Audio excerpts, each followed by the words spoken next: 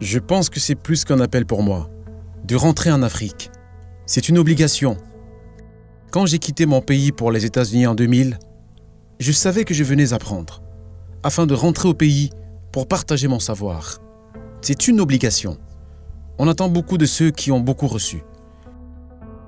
J'ai grandi dans la pauvreté, je connais la douleur des gens qui sont au pays.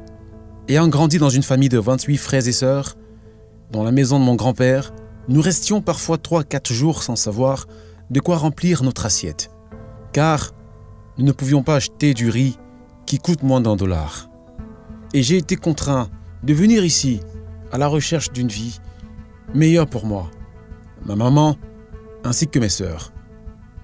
Je voulais créer une vie décente pour eux, mais quand je suis arrivé ici, je n'ai jamais oublié que depuis le jour où j'ai quitté la maison, j'y ai laissé beaucoup de responsabilités. Qu'il y avait de millions de jeunes comme moi traversant les mêmes conditions. J'ai déjà fait tout ce que je pouvais faire aux États-Unis afin de préparer mon retour. Et j'étais prêt à partager mon expérience, ne serait-ce que pour donner l'espoir aux jeunes générations, comme nous l'avons appris en travaillant aux côtés du président Barack Obama, parce que donner de l'espoir compte énormément. Et nous avons beaucoup de choses désespérées. En Afrique, nous sommes l'un des continents les plus riches du monde, mais seulement, nous n'en avons pas conscience.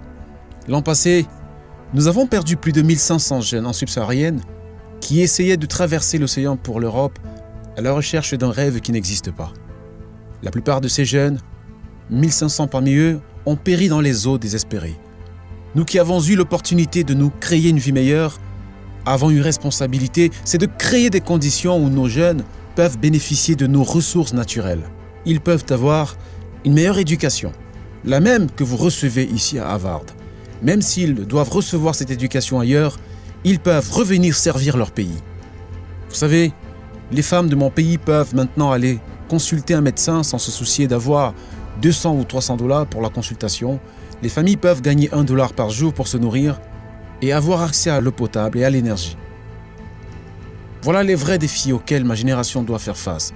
Et comme le disait le président Kennedy dans son « L'urgence absolue du moment », ce sont des défis auxquels tout Africain doit penser chaque jour, quel que soit l'endroit où il se trouve dans le monde, spécialement dans la diaspora.